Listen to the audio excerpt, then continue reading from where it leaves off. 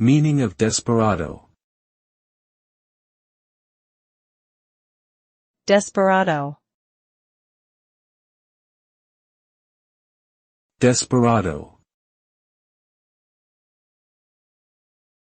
Desperado. Desperado.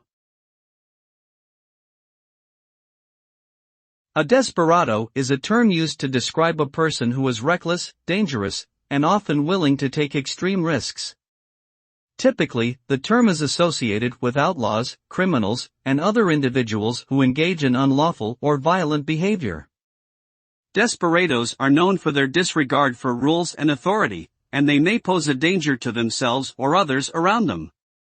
Whether acting alone or as part of a group, desperados can be unpredictable and difficult to control, which can make them a threat to society as a whole.